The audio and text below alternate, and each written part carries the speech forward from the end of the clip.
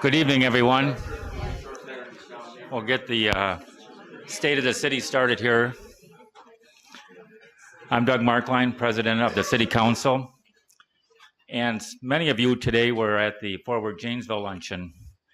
And I thought our Police Chief Dave Moore's address today summed up perfectly the Janesville that was, the Janesville that could have been, and the Janesville that we know today, and the Janesville of the future that we hope that it will become. In the last 5 years, coming on the heels of the GM closing and the economic collapse throughout the country, we've seen momentum building downtown, in our neighborhoods, on our streets, in our residential areas, and in our commercial areas, all in a positive direction. It did not happen by accident. On behalf of the City Council, I am very pleased to introduce the man who is responsible for managing the successes of our city, along with the dedicated employees of our fine city, Janesville. I'd like to introduce Mr. Mark Freitag. Thank you, Council President Markline. Good evening, ladies and gentlemen, and I'd like to begin our city's 4th annual State of the City address, and I'd like to recognize a few of our special guests today. First of all, we have some representatives from our federal legislative offices. First of all, Tausif Anam, there he is standing up, yep. He's from Senator Johnson's office. And then we have Flora Santos, where's Flora? Here she is, from Senator Baldwin's office. Thank you very much for being here. Also, we have our state legislators, Representative Loudenbeck, right here, yep. So thank you for being here. And Representative Spreitzer, I saw him, yep, there we go. And I was looking for Senator Ringhand. We thought she might be here, but I don't see her, so hopefully she'll be able to join us here in a few minutes. And then we have our City Council members. Council President Markline, you just saw him. City Council Member Gruber, thank you for being here. Council Member Wolf, thank you for being here. Council Member Williams, back over here, thank you for being here. Council Member Conley, thank you for being here. Council Member Farrell, yep, I saw him, good, thank you for being here. And I'm not sure whether Councilmember Jorgensen was able to make it. His work schedule can be challenging. I also saw a couple of our council candidates. So we have Mr. Jeff Navarro right here. Thank you very much for being here. And we also have Mr. Harry Paulson. So thank you for being here also. I did not see Mr. Jason Davis. Did anybody else know? Okay, so maybe he's not able to make it. And then I just wanted to say a special thank you to a community partner, certainly a friend. He's the man responsible for providing some special treats for us in the name of Edmund Halabi and our Italian house. And is that the gondola in there? Is that what we had? What was? Yes, that's the gondola. That's what I order when I go to the Italian house. So Edmund, thank you for being here tonight and supporting us and all that you do to make Janesville a great community. So thank you very much. And then, I want to make sure that I say thank you to all of you for attending. I was a little curious as to what our numbers would look like tonight. When we started this 4 years ago, we were running it at 100 plus. The next year it was down to more like 75, and last year it was about 50. And so if we were at 25, I was going to think I'd need to talk to the council about hitting pause for a year or something like that. But at any rate, great to see everyone here tonight. Thank you very much. And then I'd like to say thanks to the city staff that's able to make it tonight. You don't have to be here, but I certainly appreciate the support. So with that, we're going to get going, and I'm going to just throw up on the slide real quick the agenda. And we're going to talk a little bit about the organization, about 2017 accomplishments as it relates to our strategic plan, look at 2018 and where we're going, and then do a little rally cry for a call to action. And if we've got time, we'll follow up with some questions. So beginning with the organization, I think that many of you already understand the city organization, but for those who don't, I thought it would be helpful to do a quick review. You're not going to be able to read all of that on here, but essentially it starts out, at the top with our citizens. And I would tell you that the citizens are at the top of the local government structure because we, the city, are here to provide all of you with municipal services, programs, and infrastructure. In that city organization, there are 541 city employees, whether full-time or part-time. We also will surge, in upwards of 50 to about 80 seasonal employees at any given time during the year to support, ice programs, to support aquatics programs, to work in the parks in the summertime, et cetera. Obviously, we have 7 city council members. They do serve at large and represent the entire community. They're truly volunteers in the best sense of the word because they aren't receiving any pay or benefits to do the job that they do, and that's a tough one. So we appreciate their service to this community. The city does have 15 standing boards, commissions, or committees that are appointed by the council president or the city manager, and then they in turn advise the council. We do have 5 main departments, including Hedberg Public Library, although our relationship with Hedberg Public Library is one of coordination and not necessarily subordination. So big difference there, and that's just by Wisconsin statutes. But the other departments in the city are certainly the administrative offices, if you will, managed by either me or the deputy city manager. We also have the fire department, neighborhood and community services, our police department, and then, of course, Public Works Department. And these are the folks that provide those services that we appreciate each and every day. And then there are, shown in blue here, all the offices that really help keep the city, the community, and more important, the organization operating. So you think about assessor's office, you think about finance office, clerk treasurer's office, et cetera. And then, that is really a summary of the organization. If you want to see that in any more detail, you can always visit our city website and check that out. Moving on to 2017 and our strategic plan. So let's go back a couple of years and let's think about 2014. 2014, we did not have a strategic plan. The council's task to me was, Mark, we want you to develop a strategic plan. So we did. We went out and we talked to citizen groups, had numerous community engagement forums. One of our interns was out in coffee shops doing Johnny on the spot interviews with local residents. We did surveys, and of course we met with the council, and we developed that strategic plan in 2014, and that was the year they approved that first 5-year strategic plan. And then each year the city staff develops that next year in the 5-year plan.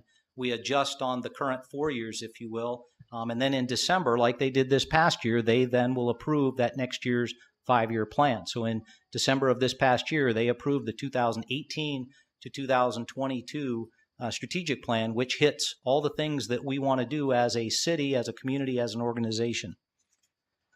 So when we look at the strategic plan, it's defined by 9 goals, and those 9 goals drive the city's movement forward. Over that 5-year period, the council was very deliberate when they said that the goals are of equal value.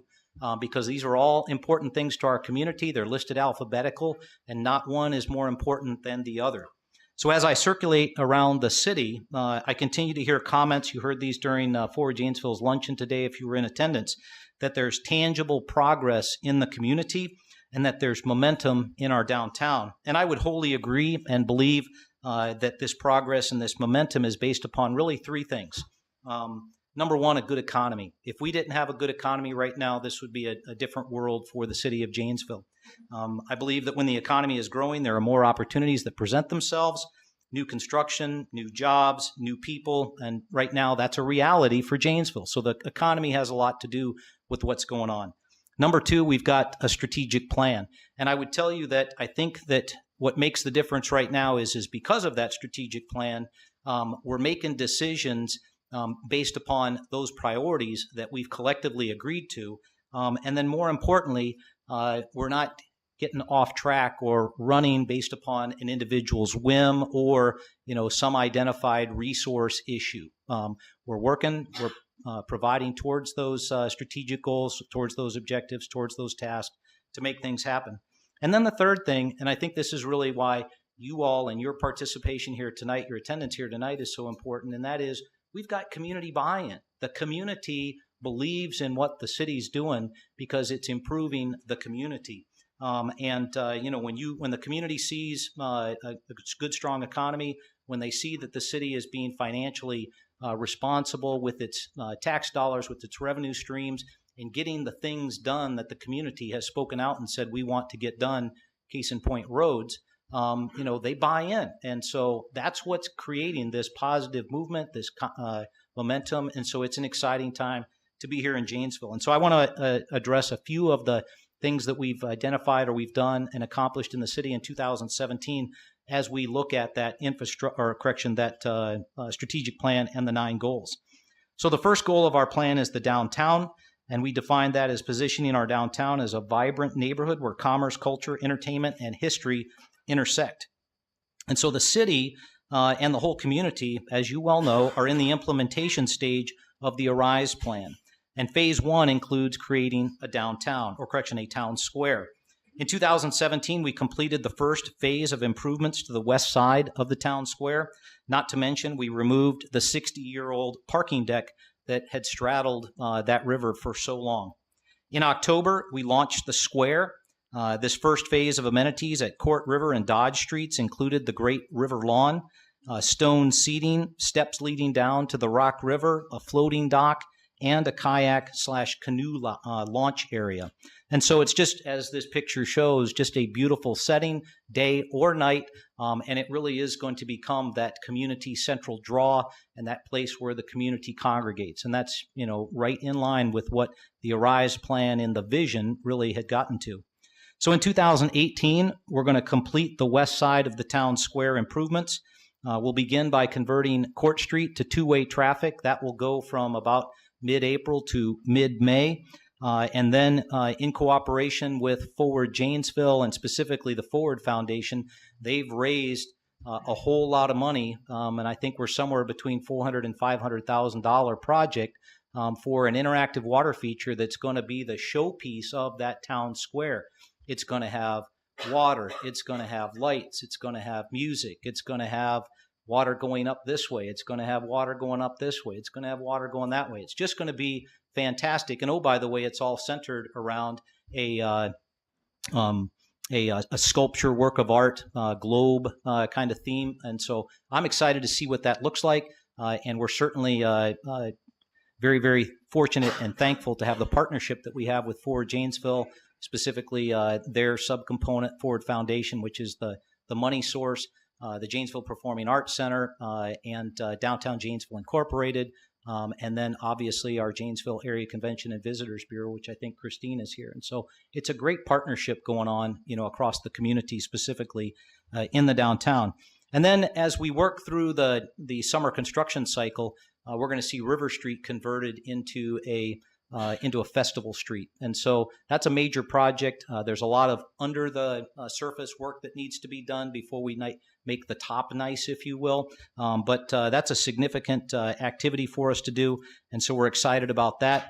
And then I think the other piece that's relatively new to the equation set, and that is that we're going to install an outdoor fitness court in front of the transfer center at the corner of River and Court Streets. And that outdoor fitness court, something that we weren't necessarily planning on, but we had an offer to get us started with a $10,000 grant from the National Fitness Campaign to make it work. I talked with SSM Health. They were very interested in partnering with the city on this project, and so they're funding $40,000 towards the project, and then just recently the council approved the remaining $60,000 to make this a reality. What's nice about this is it provides a workout area that is free and open to the public. You don't have to have a gym membership. And so for all of those in the audience that have used that as an excuse why I can't work out, now there's no excuse, not in Janesville. So I encourage you, we're going to try and open it up on June 8th in conjunction with some other activities that are going on in the downtown that day. It's going to be a special day. And we are very, very excited to bring another nice amenity to our downtown.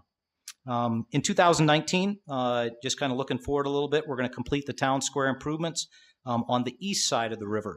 Specifically, we're going to construct a pedestrian bridge. Again, that's not a city project. City will manage it, but the funding for that and the design work is all coming out of Forward Janesville and Forward Foundation. They're raising, private dollars to build that pedestrian bridge. And so we're going to have just a very, very beautiful, again, gathering point, work of art in and of itself in between Milwaukee Street Bridge and Court Street in the middle of the river. And some of the drawings and the renderings that I've seen have had, an arched sign at the middle of the bridge, some sculpture, beautiful flowers. And so when I talk to folks, they think about this being one of those places where when you need to go get a wedding photo, or you want to take your family down to see something really cool in Janesville, this is where you're going to go. You want to get your prom photos taken there, this is where you're going to go. And so we're really excited about what that's going to do.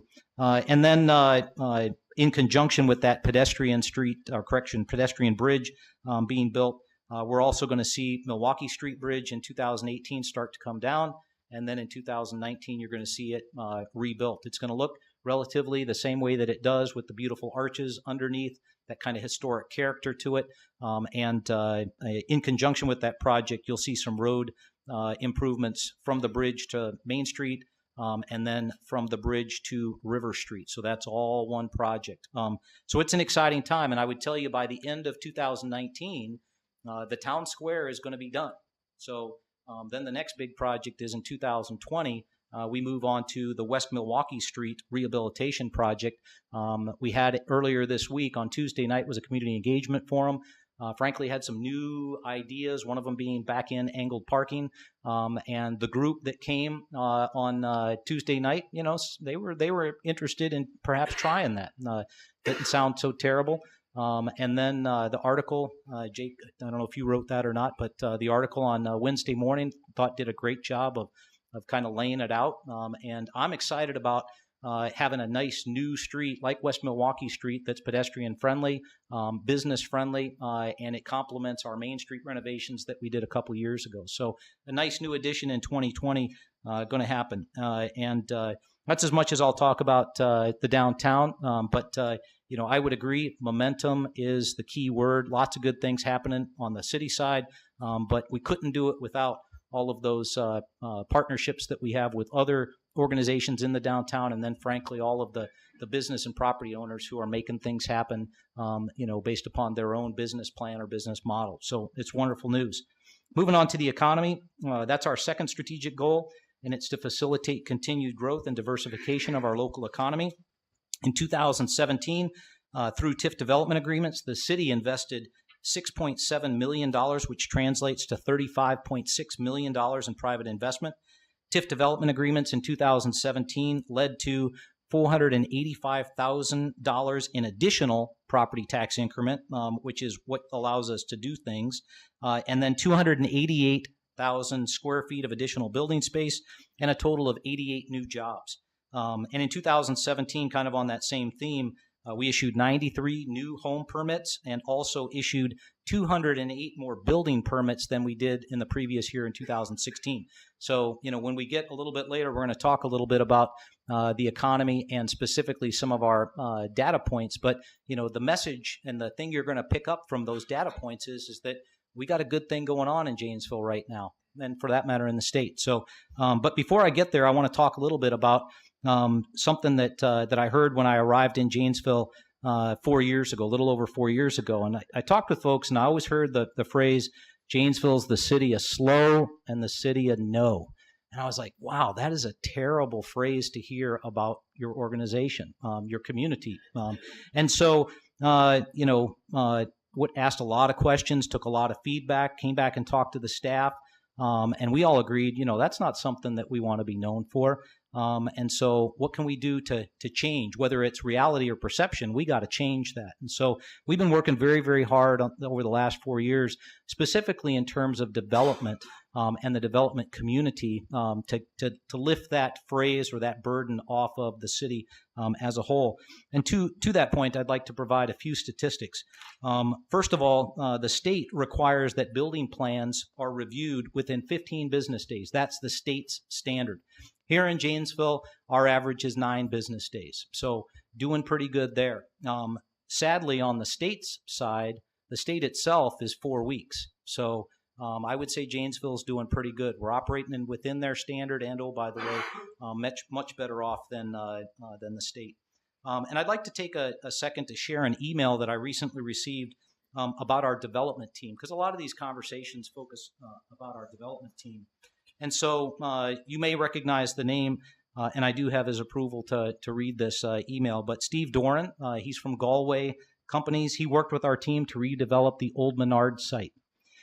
And, kind of a nice Christmas gift. So on December 21st, we had the press announcement about the GM sale, and so that was a nice Christmas gift. And then just kind of out of the blue, I'm sitting in my office on Friday afternoon trying to close out and get wrapped up for the Christmas holiday, and up pops in my email a note, and that was Friday, the December 22nd, and he wanted to provide some perspective on our development team. So I was like, oh man, here we go. And so as you listen to this, it starts out, and I'm like, oh man, where's this going to go? But I need to read this to you, and I'm going to read it to you in its entirety. So he says, Mark, I hope you are well and are winding down for the holidays. I wanted to shoot you a quick email on the Janesville retail and hotel projects I've been working on.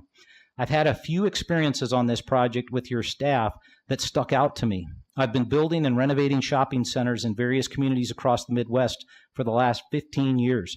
I've never sent an email like this to a mayor or a city manager, but thought you might want to hear of a few experiences that I've had with your staff. Oof.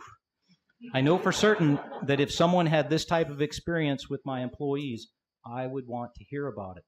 And I was like, oh man, this is not going to get better. He said, this redevelopment has been tough.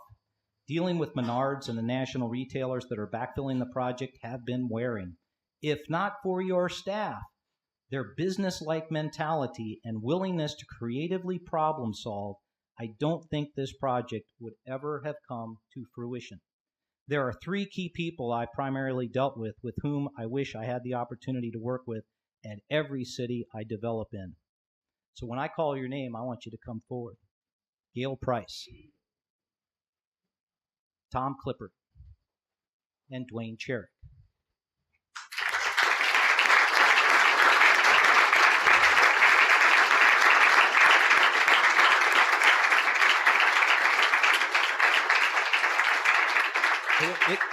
It goes on, okay?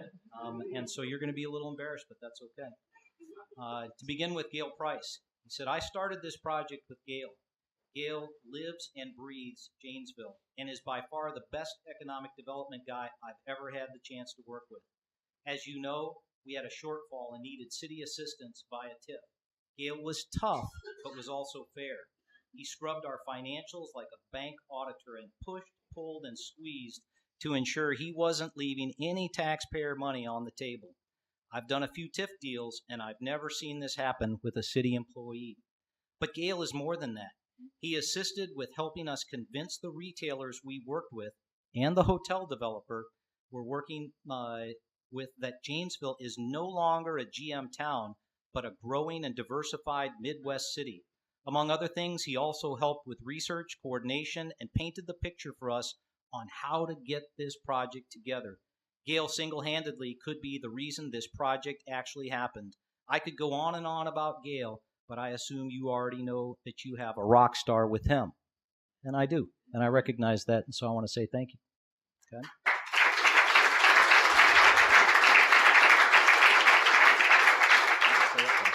So Tom Clippert. As with Gail, Tom was instrumental in helping us understand the city process. Most development managers I've worked with don't have Tom's aptitude. They follow the book and answer questions, but they don't get engaged like Tom did. There were numerous hurdles we dealt with in reusing the old Menards. When obstacles popped up, Tom was there to offer solutions that made sense for us, but also protected safety codes. The other thing about Tom was that he was always willing to take the time and to hear us out. There were times he simply couldn't budge, but when he could, he went out of his way to research what the options were in an attempt to create a win-win for both sides. This especially became apparent with some utility issues we had in serving the hotel parcel. Like Gail, Tom is a key asset to the city of Janesville, and I know that. All right?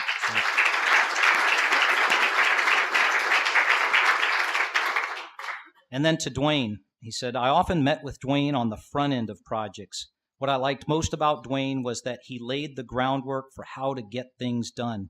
He knew what Plan Commission may and may not consider and made sure he was clear with us so we weren't wasting time. Dwayne also took the time to ensure we were aware of other projects in the works down in Janesville and their impact on us. On several occasions, Dwayne would reach out to me and make me aware of key issues that he recognized far in advance of them ever becoming a problem for our development team or the city. This saved us time, money, and a lot of headaches. His experience, knowledge, and aptitude in planning are far superior than what I see in a lot of communities I've worked in. Dwayne would be one reason I would look at more projects down in Janesville in the future. So nicely done, Dwayne. Excuse me.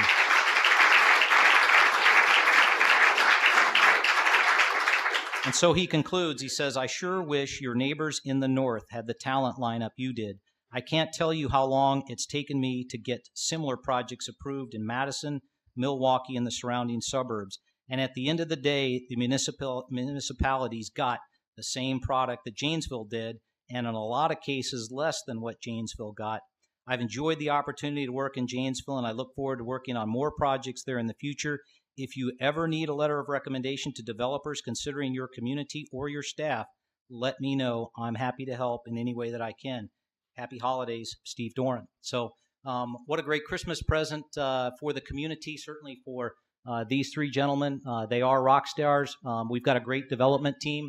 They're certainly representative of the rest of the group, and I want to take some time and just present them with some city coins.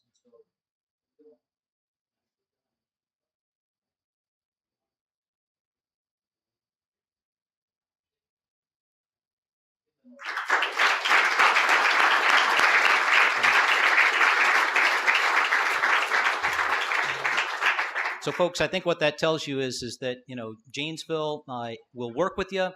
Janesville will get you to the solution set you're looking for. You know, obviously, we're not going to violate the codes or the regulations or things like that. We're always going to take public safety into perspective, but we're going to find creative ways to make it happen. And so Janesville is open for business, and we're going to get the job done. So as we continue, I think it's helpful to look at some economic indicators based upon the Census Bureau's American Community Survey, which lags behind. The median home value is up $1,300 in Janesville from the previous year. And our median household income is up slightly from the previous year, from about $49,000 to $50,300. Our poverty rate, fortunately, has decreased by 0.5% from the previous year, and it's higher than the state, but lower than our national average. Our unemployment rate decreased a full percentage from October 2016 to October 2017, from 4.2% down to 3.2%, and it's certainly lower than the rest of the country. And then we learned today in the article in the paper that we're at 2.7%, an all-time low here in Janesville. And so what a great news story for the community that we're at 2.7% unemployment. Be nice if it was 0, but 2.7% for any community across the nation is not bad. The other thing I'd like to point out is that in December of 2017, USA Today reported that the Janesville-Beloit area is number 25 in the nation for adding jobs in 2017. Not a bad place to be on a national scale. Good news on that front. And then lastly, in 2017, there were 1,447 property sales within the city, which was the highest in our last 4 years. Switching on to financial sustainability, that is where we want to remain a responsible and forward-thinking steward of our financial resources. And so here's a shot of our 2018 budget and some of the major funds. And if you look to the far column, you know, you'll see some numbers that would suggest that things have gone up. Yes, they have. That's just the reality that we live in. If you look at general fund debt service, there's a change there of about 10.4%. You know, frankly, that's associated with the amount of money we borrow each year in the May to June time period to fund our capital projects. Things are getting more expensive. It's costing us more. We're going to have to borrow more, especially when road construction, if we continue on to do 12 miles of roads per year, that's going to be a lot of money. So that is increasing, but it's a 10.4% increase from 2017. Looking at the water and the wastewater utility fund, you'll notice that that's primarily due to our enhanced street rehabilitation program, because the last thing we want to do is resurface a road and then have to go back in and, you know, tear it all up and repair lines that are underneath. And so we always make sure we inspect, and if we have to, guess what? We're going to get those things fixed. Sanitation fund, frankly, it's a good news story, but we are increasing the tonnage that we're putting in there because we are operating it like a business, but there is a cost to that. And I would remind everybody, when it comes to debt management, the city continues and has for the past 5 years maintained a Standard & Poor's rating of a double capital A, which if I were going to equate that, and don't anybody in the financial world tell me that this is really off, but it makes sense to me that you're probably talking about 700 personal credit score or so when you say a double A credit rating for a municipality. A double triple A or a triple A would be upwards of like 800. So I think that's probably a fair way to kind of explain it. Double A is really good, okay, and very strong. In recent years, the city has launched 2 websites to put our financial books out for public review. Open budget and open expenditures websites allow the community to see detailed, interactive financial data all the way back to 2008.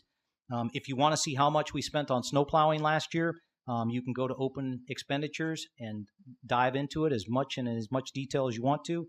If you want to know how much our police department spends on investigative services and will in this future year, again, you can dive into open budget and figure that out. I mean, it's perfect. So great tool for the community. And if you go to the next chart, I think it's important to see where do your dollars get spent. So remember, for every dollar of property tax that you pay, about 34 cents of that comes to the city, and then that's what sustains city operations.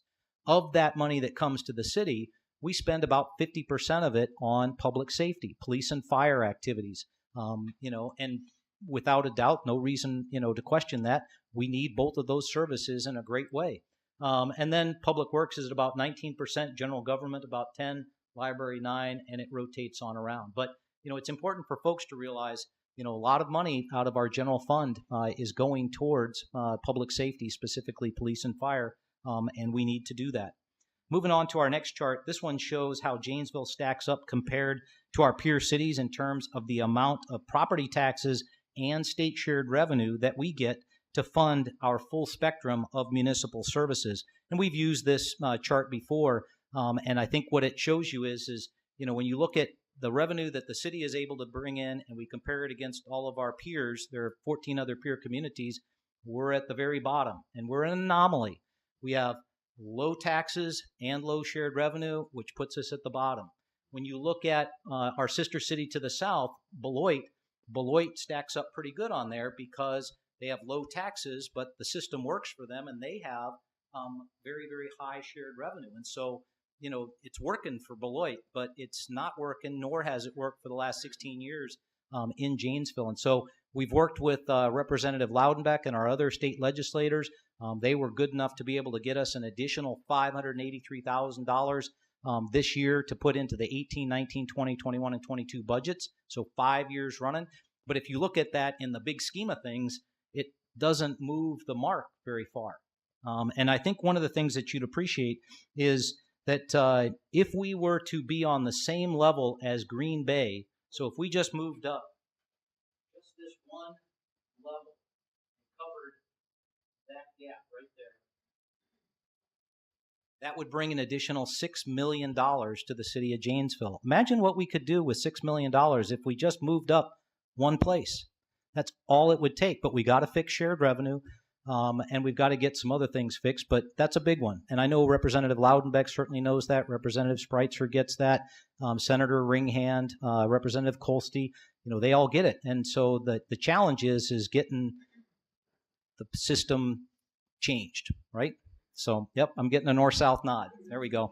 So we got some work to do, and we look forward to working with our representatives and our senators to get that done. Moving on, I think although we rely very heavily on property tax and state shared revenue to fund our operations, we also do receive many grants and donations across the city to get things done, to complete projects, to fund programs, to replace equipment, and more. In 2017, we received over $9.76 million in grants and donations, and this doesn't include $780,000 that the bus JTS system got to replace 2 buses, and it does not include HPL, our Hedberg Public Library. They're on an active capital campaign right now to do some renovations and improvements there, and they've raised well over $1 million. So a lot of work goes into seeking out grants, and then there's a whole lot of generosity that comes in from the community to make sure things are moving. And so we certainly appreciate that huge impact for us.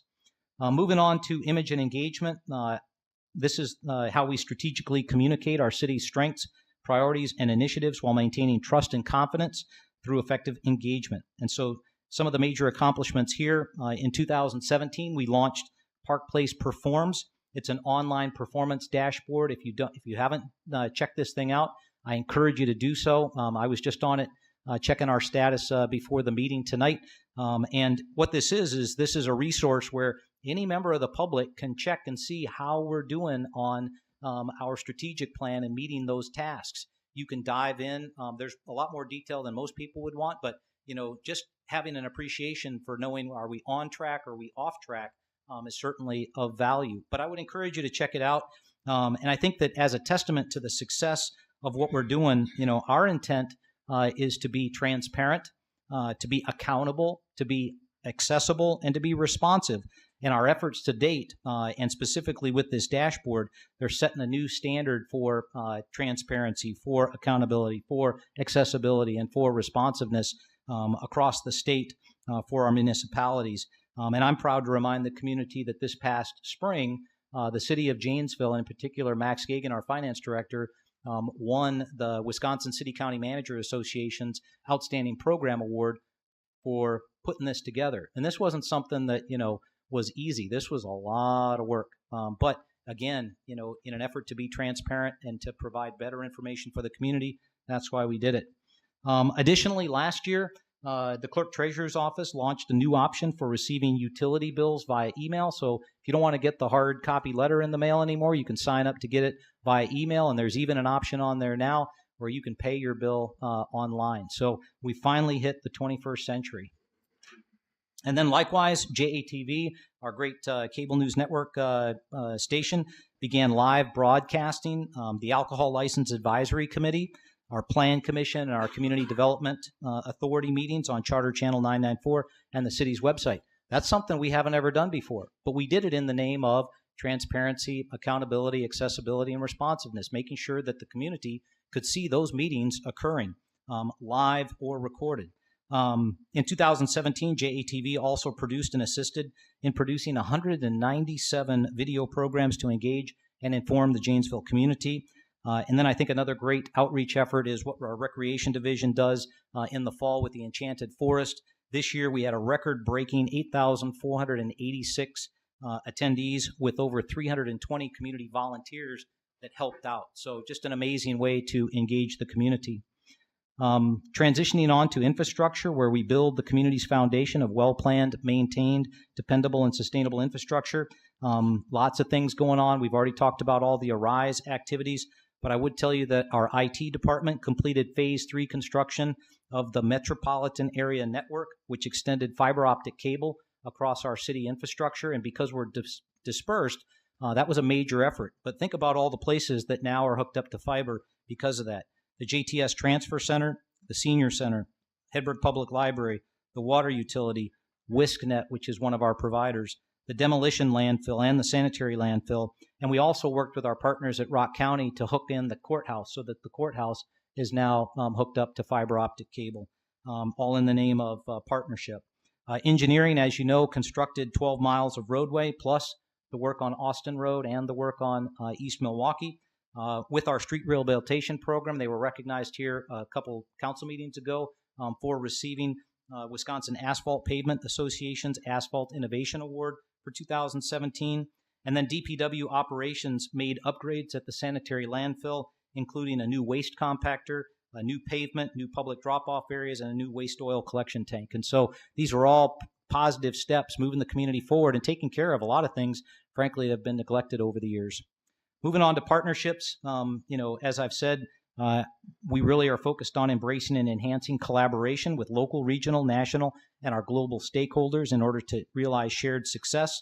Our Hedberg Public Library in 2017 made the move to share a larger automation consortium that includes Racine, Kenosha, and Walworth counties. And then our Parks division also worked with the Kiwanis Club to rebuild Kiwanis Playground. And then we also put in a new roof on the north concession stand in conjunction with the Friends of Riverside Park. And so, again, partnerships making improvements to our community. And frankly, in a lot of cases, not a lot of tax dollars going to those because they're coming out of donations from those groups. Moving to performance culture, I would tell you we've got a great city workforce that does so much behind the scenes to make sure that the community can thrive. There are too many examples of city employees performing well to list here, but look around the room, you can see the host of these great city employees who keep things going. They do it exceptionally well. They have servant attitudes. They're professional, and frankly, they're very humble. And so it's nice to be able to recognize them as we were able to recognize three of the great ones tonight. I would like to point out that in 2017, we did hire or promote 47 full-time and part-time employees and an additional 90 seasonal or temporary employees. And one example of a great hiring action, our water utility filled a vacancy, but when they went out to fill the vacancy, they hired a master plumber or someone who has a master plumber's license. And then that provides an exceptional skill set that the city doesn't have to go out and contract for. Sorry about that, Craig.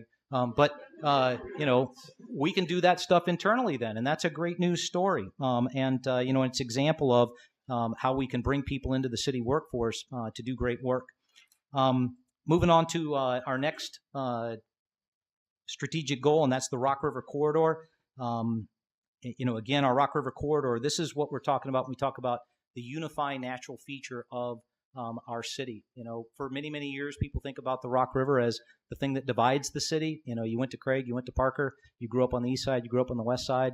But with Arise, we want to make sure that we're focused on bringing the community together on the river. And that's why this is a strategic goal. And certainly all of the work that's been done on Arise is focused on the river and in the downtown. But I think it's of note to point out that the city completed its plans for removal of the Monterey Dam and for the restoration of the Monterey area riverbanks. We received the removal permit in November of 2017, and following a successful bid cycle, we'll award a contract this spring for the removal and subsequent restoration efforts to begin later this summer and fall. And I asked our DPW team to just give me some perspective on what we're going to be able to accomplish in 2018. So if you draw the river down, remove the dam and draw the river down in the July-August time period, we still have a pretty productive fall period to get a lot of construction work done. And so everything on the west side of Center Avenue will get done this fall. So all of that improvement will get done this fall. And then any of the essentially hardscape items on the rest of the river, upriver, will get done. So that all gets done this fall. And then in 2019, we come back and we work on the Monterey Lagoon, what we're calling the Monterey Lagoon. So just a great project. We're looking forward to seeing that thing come through.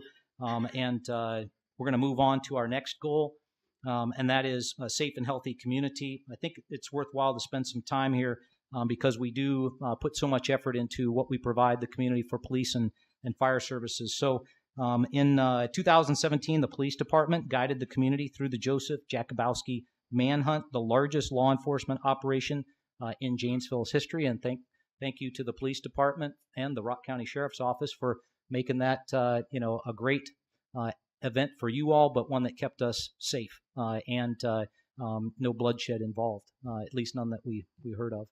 No cuts and bruises, Chief, nothing like that. No, see, so good deal. The police department also developed a mental health flagging system to alert officers of the individual's condition and to provide strategies for a successful encounter.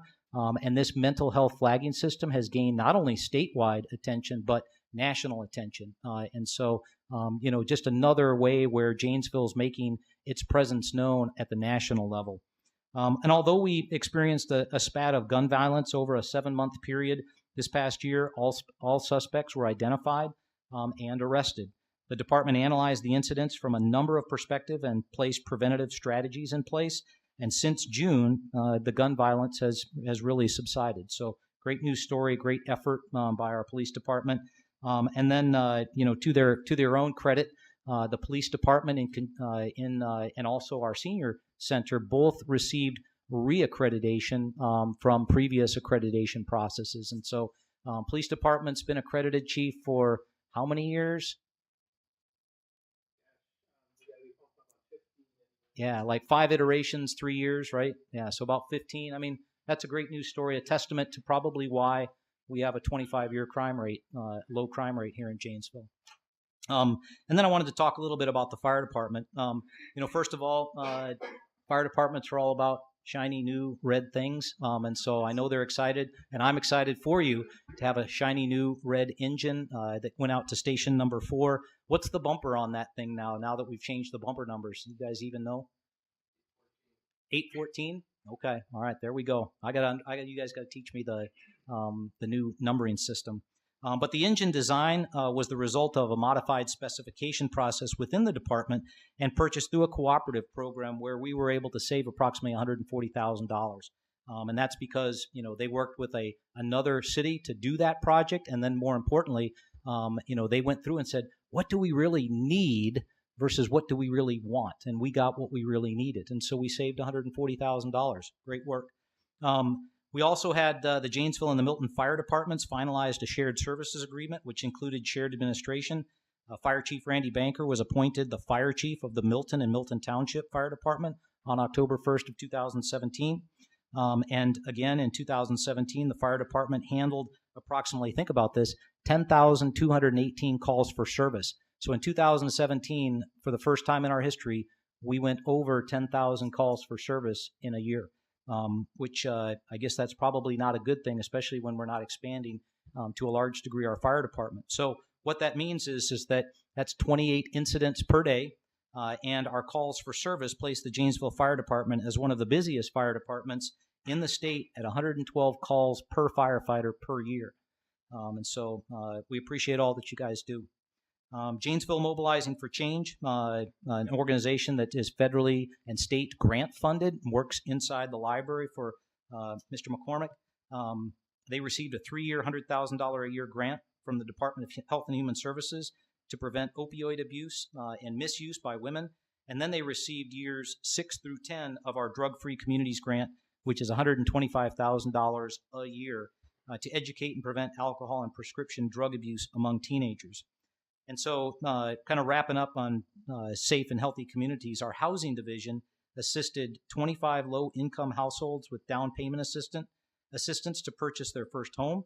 They provided loans and assistance to 30 homeowners, rental property owners, and developers to have decent, safe, and affordable housing. And they assisted an average of 510 extremely low-income families per month with rental assistance. And so that was a lot on 2017, but it was a great year. And so I want to move on to some of the things going on in 2018. We do have a lot planned for 2018, but I'm going to highlight just 1 or 2 planned projects for each of our goal areas. So in the downtown, in addition to the Arise projects we've already talked about in cooperation with our Janesville Area Convention and Visitors Bureau, we're creating comprehensive wayfinding signage for the downtown, not to mention for the entire community, but specifically going to focus on the downtown. And that's where when people come to our downtown and they come off the interstate, they can get to the destinations they need to get to. Right now, the signage we have out there just doesn't cut it. Looking at economy, now that the GM plant is officially sold, we'll work with CDC, the new owner, to facilitate the redevelopment of the site. And following the announcement of the permanent closure of GM's Janesville Assembly Plant, city officials have already adopted a salvage ordinance, amended the demolition ordinance, and created a South Jackson Street overlay district with the intention of facilitating redevelopment while protecting the community's interests. That's a key piece that protects the community's interests. Financial sustainability, I mentioned earlier that we received the additional $583,000 from the state to use in 2018. Again, thank you very much, Representative Loudenbeck. We'll use those funds in 2018 to hire 2 additional police officers, which have already been hired, and then to fund police overtime. We're going to hire 3 additional firefighters, which will come into training here March 9th, okay?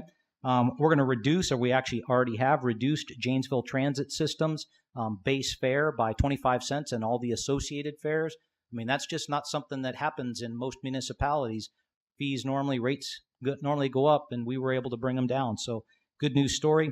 And then from a public works perspective, we're able to double our crack sealing program from, essentially, 5 miles to 10 miles this year, which is a great news story because that will then prolong our roads over the next 25 years.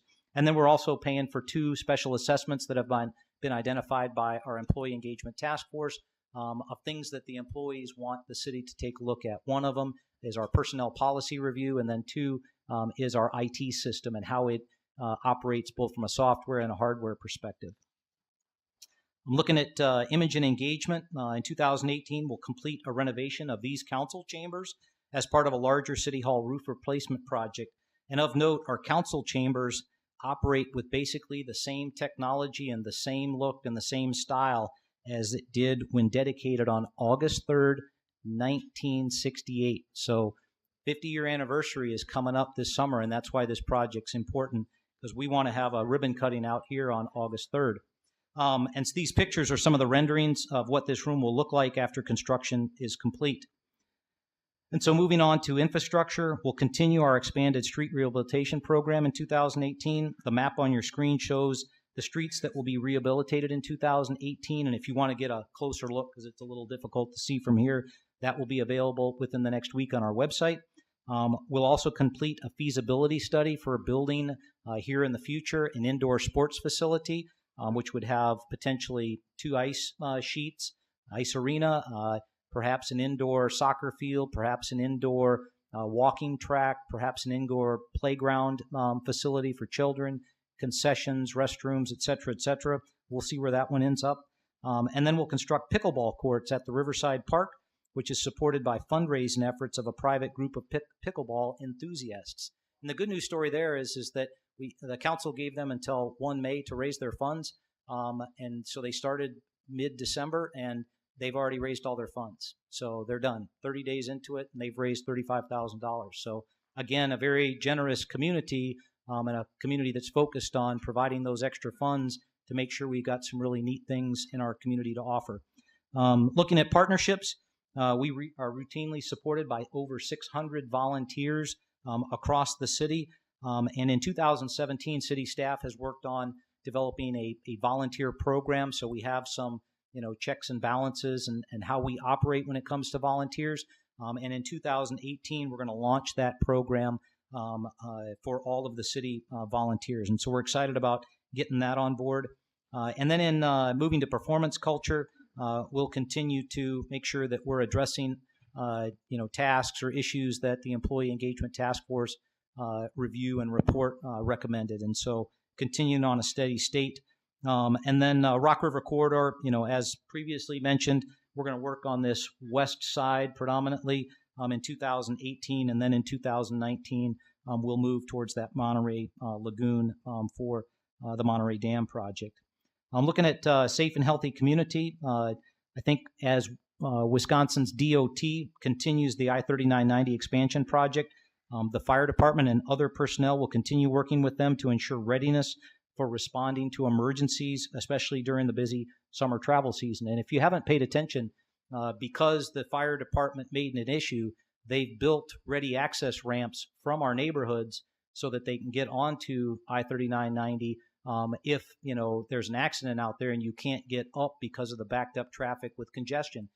So if you see, as you're driving by and you see some of those gravel or large boulder roads that have been temporarily built up there, that's because these folks sitting right over here said, we got to do this. This just makes too much sense, and we can't afford to leave our community in a pinch there. And so the DOT agreed. They made it happen, and now I think they've used it once already.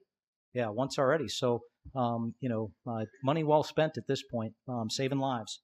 And then I think it's important to point out that our Janesville Police Department will implement the Integrated Communications Assessments and Tactics model of de-escalation of the use of force.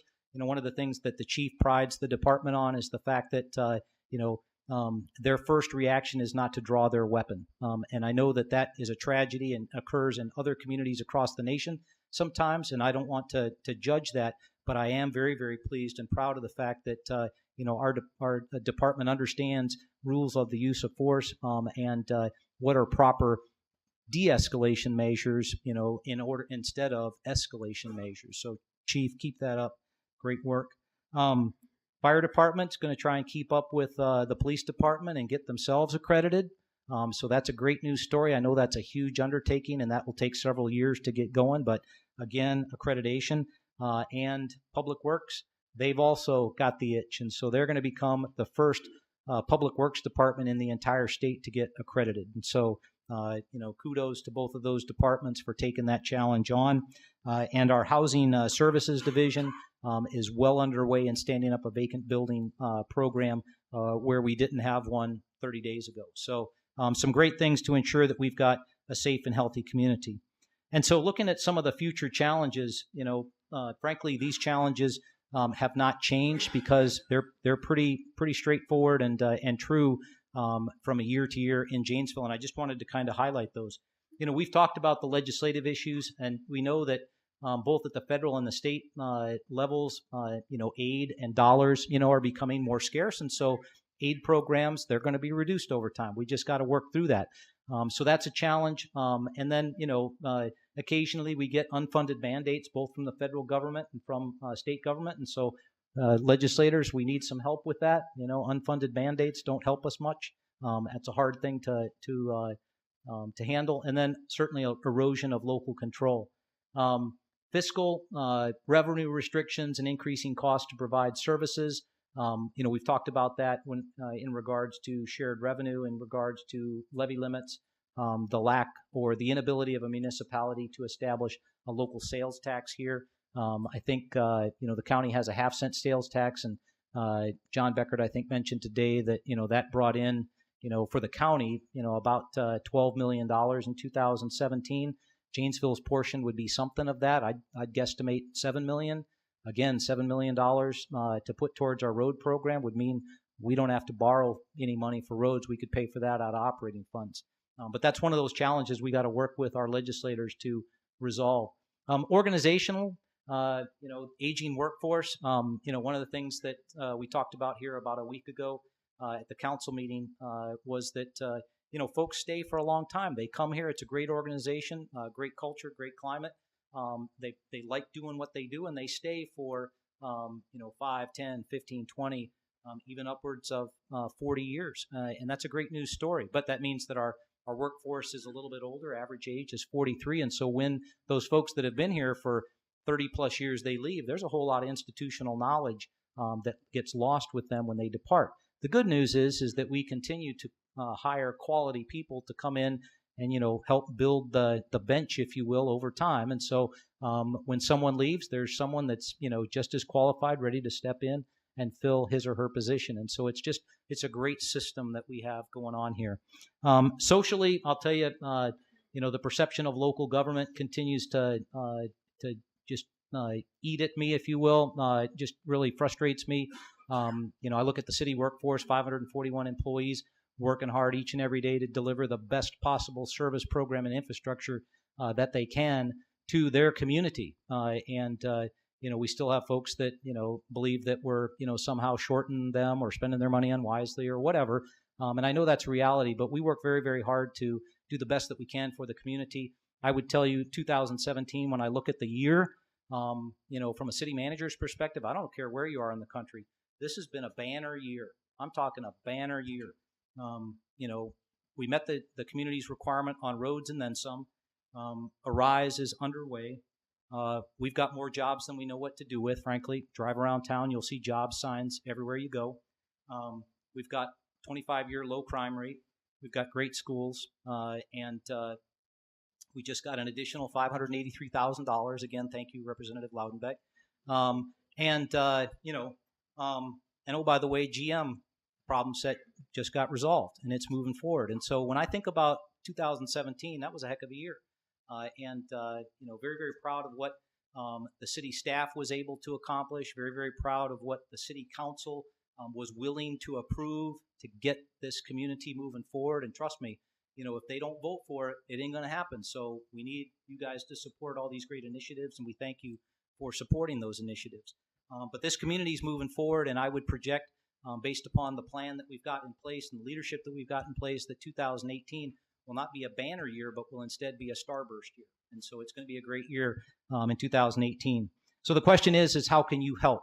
And so I would tell you that, I think it's a great acronym, CAV. As a former cavalry officer, it's a great acronym. Trust me, it just kind of worked out that way. I didn't plan it. But I think of three things, communicate, attend, and volunteer. So communicate with us. When we have meetings like this, participate. When we ask for the community to attend a community engagement forum on a particular project, attend. Give us your feedback. We want to hear from you. And so getting that information is critical to local government success. Attend, come to these meetings, and speak out. And then volunteer, because frankly, it isn't going to happen if we don't have volunteer help. Excuse me. Like I said, 600 volunteers, on average over the course of the year. That's a lot of folks helping move this city forward. And so, a great news story, and I encourage you to help out. You can impact the community. Your participation can make a difference. And so, get involved.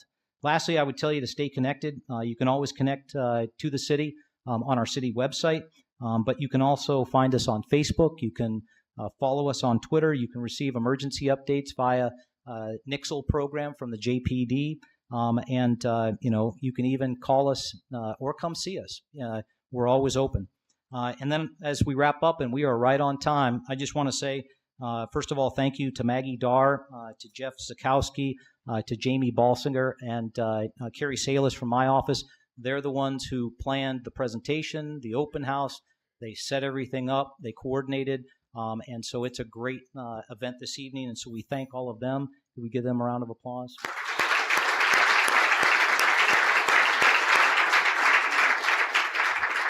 And I'd like to thank our city staff. They're a great team, proud to lead them. They provide a great service to the community. If you get a chance to pat one of them on the back, I would encourage you to do that. And lastly, I would just say to all of you, thank you for attending. Thank you for participating. If you have questions that you'd like to ask, I'll remain up here. But in the interest of time, I want to make sure everyone gets on the roads, gets home safely. Okay, and so thank you very much for coming tonight. Wish you the best of luck, and we'll see you throughout the year.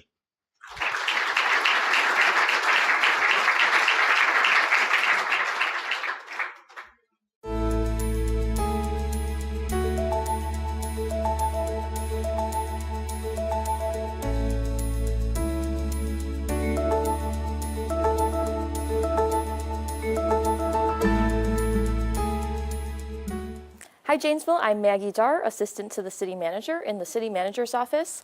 2017 was another busy and very exciting year here in the City of Janesville. We had several new initiatives to create a more open and accessible government. For instance, we launched our Park Place Performance Dashboard website so the public can really see how we measure success on our strategic plan. Also, JATV began filming and broadcasting the meetings of certain committees here in the city, including the Alcohol License Advisory Committee, Community Development Authority, and Plan Commission. So you can always find those meetings on our website if you want to view them. As a result of our first employee engagement survey in the city's history, an interdepartmental task force from the city submitted a report and recommendations to the city administration, giving recommendations on how to make the workplace a little bit better. And so the administration is now in the implementation phase of that task force recommendations.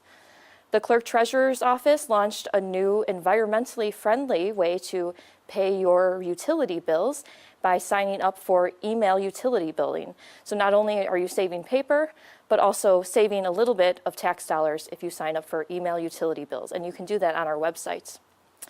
Through the hard work of our economic development team, the city entered into tax increment financing, or TIF, agreements that will create over $485,000 in new property value and 88 new jobs in the community. And of course, we have lots of stuff going on behind the scenes in offices like IT, Human Resources, the Attorney's Office, the Assessor's Office, Finance, etc., that maybe you don't see, but they're doing really good things here for the city. So we're looking forward to another busy and exciting year here in the city of Janesville, and we want to thank the residents of Janesville for allowing us to serve you. Hi, I'm John Whitcomb. I'm the Operations Director for the Public Works Department here in Janesville. Very busy and active year again for the Public Works Division. Some of the major highlights for 2017 in our Parks Division. They completed a major renovation of the Camden Handicapped Access Playground in Palmer Park that included all new equipment and a new rubberized surface for safety out there. Our Engineering Division completed a elevator modernization project here at City Hall. The original elevators were still in use here. Those were replaced. That was a significant effort. One of the bigger items from a street construction standpoint was the reconstruction of Austin Road, which turned that from a rural type of highway to a more city-based highway with curb and gutter. In our building and inspection and planning group, very active. Economic times are very good here in Janesville right now, and so that group is very busy. Our inspectors issued 93 new residential construction permits. They issued 3,788 permits altogether, which is about 288 more permits than last year, which is just an indication of how much the economic activity is increasing here in Janesville. And they reviewed 50 site plans for new constructions. So things are going very well there. Our water utility staff took a big initiative with trying to get grease out of the sanitary sewer system. They've developed a program and a catchphrase. And I think over at one of our displays here, you'll find some lids that you can take home to remind you to keep the grease out of the sanitary sewer system. In the operations division, we continued the process of going through the expansion of our city landfill. That started in late 2016 and hopefully will be completed in 2020. So it's a multi-year project, and we completed the feasibility study in 2017, which is one of the major steps in that process. Also in the operations division, we secured about 100,000 cubic yards of landfill quality clay. That clay will be used for the liner and the capping of the various cells at the landfill, which should see us well into the future there. So it's a very active 2017 in our Public Works Department. My name is David Moore. I'm the police chief in Janesville. 2017 was a very important year for us. We continue to see more need in our community for mental health services, and this ends up on the police officer's call for service very often. Nationally, about 25% of calls for service involve some level of mental health issue, and if you suffer from mental illness, you are have a 16-time greater chance of being shot by a police officer compared to someone that doesn't suffer from mental illness. So these are staggering numbers for us. And so we have been working within the police department to better serve those in our community that suffer from mental illness. One of the things that we developed in 2017 was the Mental Health Awareness Flag. And what this is if a person suffers from mental illness, we have a flag in our CAD system, our computer system, so an officer knows before he ever arrives on that scene that there is a mental health issue potentially at this scene. And on some of those mental health flags, you can open them up, and there are actually guidelines on what to do to be successful with this person in the interaction, and some cues as to what not to do. And what this allows is for a much better contact with our citizens. It involves using less use of force and better outcomes for our citizens. Because if you can imagine if the interaction does not go well, then the officers have to use some level of force, and then these people enter into the criminal justice system where they really don't fit. So we've been working very hard with this system with our community and county partners, and it looks to be quite successful. In 2018, we intend to roll this out county-wide. All agencies in the county have agreed to use this same system, and we think that will, again, provide better outcomes for our citizens that suffer with mental illness.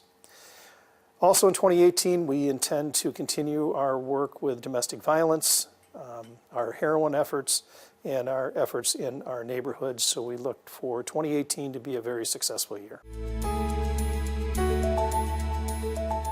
Hi, I'm Jennifer Petrozello. I'm the City of Janesville Neighborhood and Community Services Director. The Department of Neighborhood and Community Services Department here in Janesville includes our Recreation Division, our Housing Division, and the Janesville Transit System. I'm happy to be here today to talk to you at the State of the City about some of the accomplishments that we've had in 2017, and also to share with you some of the things that we're looking forward to in 2018. So just to start off for 2017, in our transit division, we undertook a major planning effort called the Transit Development Plan. And it's an effort that we do every 5 years where we look at all of our routes, all of our operations, all of our financials, and we try to identify ways to improve upon the service that we provide. And we were able to complete that this past fall, and we will be looking in 2018 to make some minor adjustments to some of our routes as a result of that study. And also we'll be looking at our bus stop locations and making sure that we have new, clear signage for all of the city's bus stop locations. And we believe that that's going to make it easier for new transit riders to connect with JTS. We are also very happy in 2017 to have received grant funding to purchase 2 replacement buses. We have 15 or 16 of our 17 buses are approaching end of life. They have over 500,000 miles and they're aging buses. So that's another thing that we're going to be looking forward to here in the upcoming year, 2018, is the purchase and order of new buses. Moving to recreation, this year was just an overall successful year in terms of participants for some of our large community programs. We had record attendance at the Fall Enchanted Forest and the Winter Janesville Jolly Jingle events, as well as some of our other programming throughout the year. And we're looking forward to continuing those positive programs for the community in 2018. And we'll also be undertaking a feasibility study in 2018 for an indoor sports complex. This would be a sports complex that could include the replacement of the Janesville Ice Arena or the expansion of an ice arena to 2 sheets of ice, and potentially including other indoor recreation opportunities. For housing, the housing division, it's nice to highlight some of the accomplishments in that area from a numbers standpoint. We were able to help 25 first-time homebuyers with down payment and closing cost assistance to purchase their first home. We're able to help 30 families to improve, 30 low-income families to improve their house, to make sure that they are living in decent, safe, affordable housing units. And also we're able to undertake some neighborhood revitalization efforts through the improvement of housing stock and increased property maintenance in our central city areas.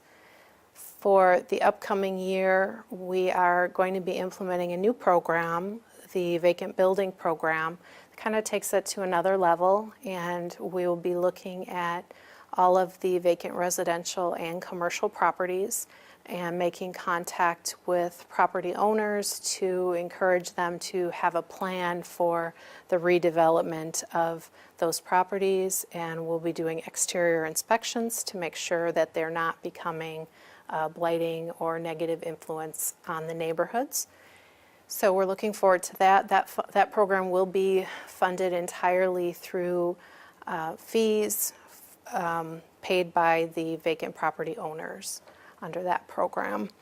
And finally, again, we will be continuing some of our popular programs in the housing area, down payment and closing cost assistance program, home improvement program for low-income homeowners, and rental property owners who look to rent to low-income individuals, and also some blight elimination and housing rehabilitation projects, again, trying to remove some of the negative housing influences that we're seeing in our community and replacing that with decent quality, affordable housing stock. So it's exciting times for us here in Neighborhood and Community Services. Thank you. So I'm Bill Richte, the Deputy Fire Chief with the City of Janesville Fire Department. In 2017, it was a very exciting year for us. Again, one of our highlights for 2017 is we received a new engine, engine 814, which is housed at Station 4, which is on the east side of Janesville, out on East Milwaukee Street. That vehicle was a unique vehicle, and in the fact that we redesigned the vehicle a little bit, went through a scrutinized process for the specification of that vehicle. Our internal committee reviewed that specification, really focused on maximizing the value that we were getting for the dollars that we were spending, along with that scrutinization and making sure that still we purchased a vehicle that met our needs. We were able to cooperatively join a national purchasing program, which combined with our internal review of the process saved us about $140,000 in the purchase of that vehicle. Another highlight for 2017 is we also purchased a squad type vehicle. This is more the size of a large pickup truck. Vehicle was purchased for specialized rescue.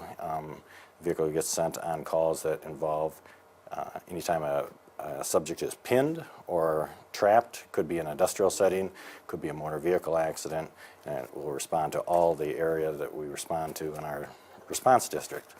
Vehicle's already been put into was put into service and has proven itself very well in the fact that on I-90, for example, it has come in very handy because it is a smaller vehicle than what our standard engines are. It's able to get down through the traffic much easier when it's very congested, and it's proven to be very valuable there. In 2017, we also initiated a shared services agreement with the Milton Fire Department and the Town of Milton Fire Department. As part of that agreement, we have joint administrative services, and effective as of October 1st, 2017, Chief Randy Banker, who was our chief at the Janesville Fire Department, also became chief of the Milton and City of Milton Fire Department organization over there.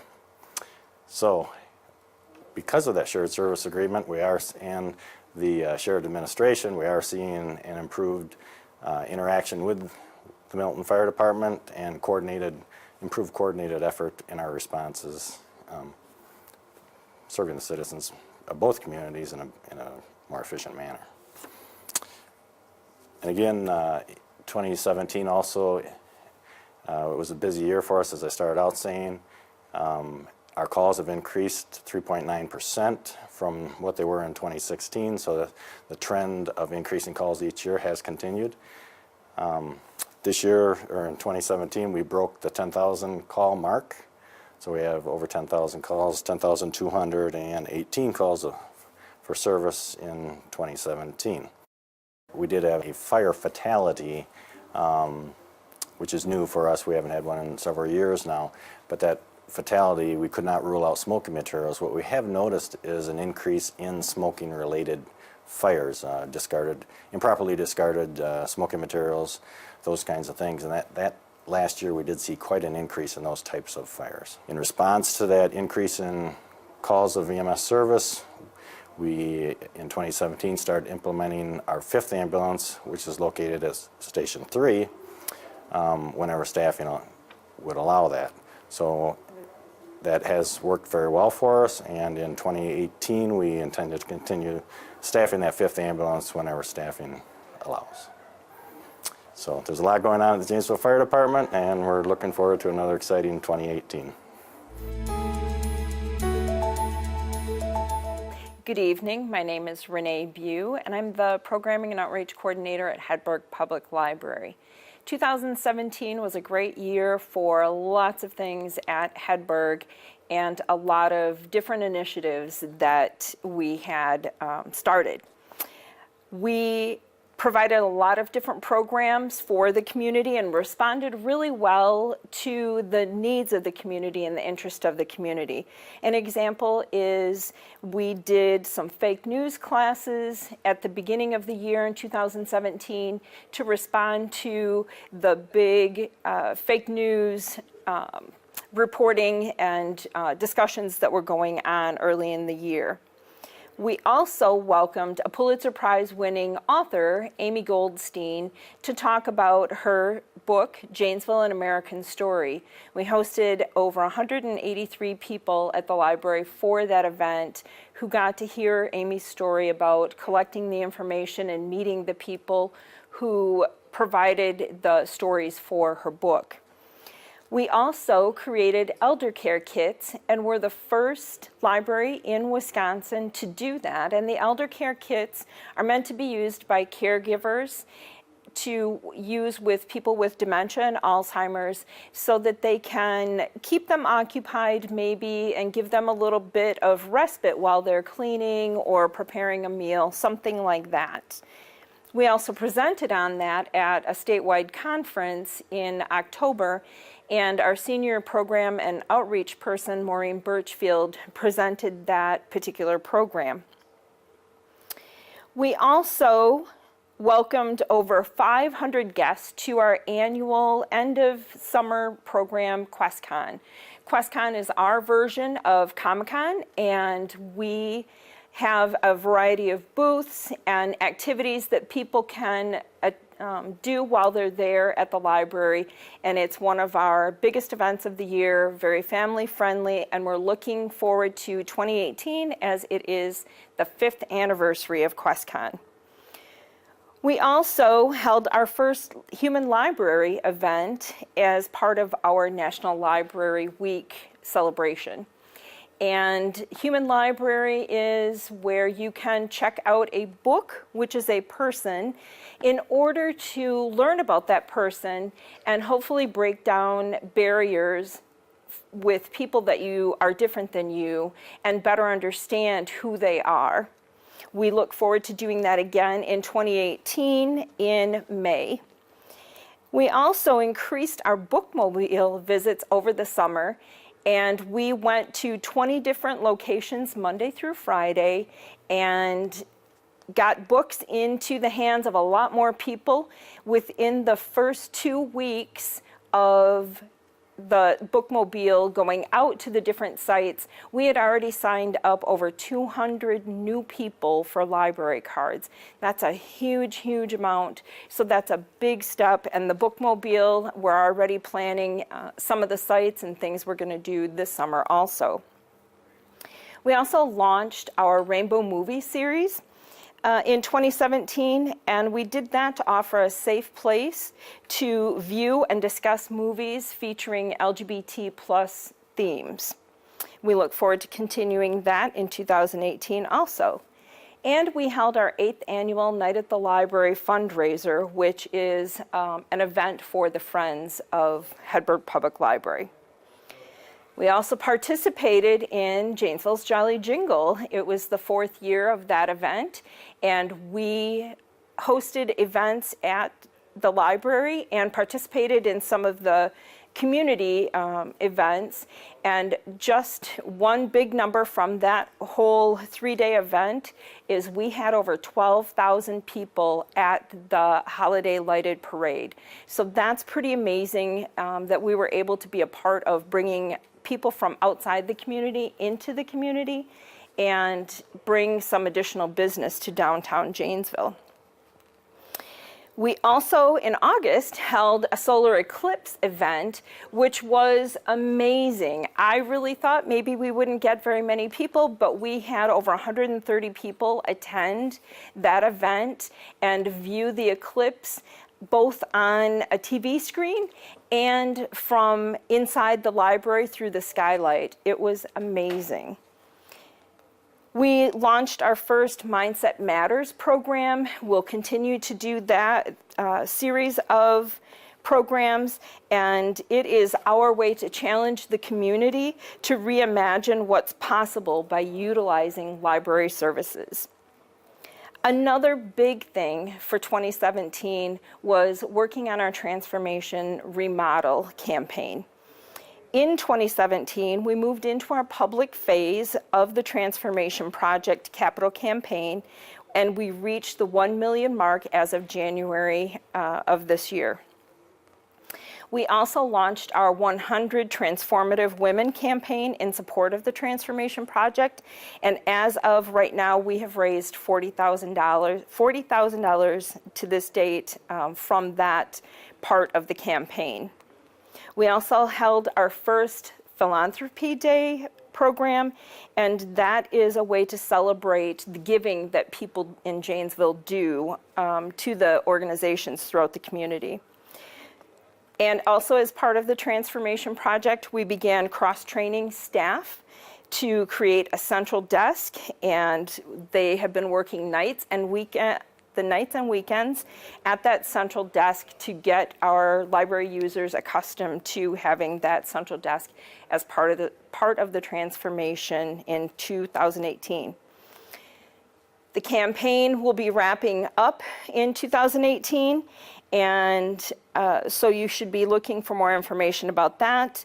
And then a new thing for 2018, we've done a holistic well-being fair program for the last 3 years, and this year we're changing it to Janesville Living Well Expo. We want to focus on how people can live well in Janesville with all of the new things we have going on, like the Arise Project and some of the other many things we have going on in Janesville, and to just focus on those. So I hope you join us tonight. I hope you come and visit the library. Thank you very much.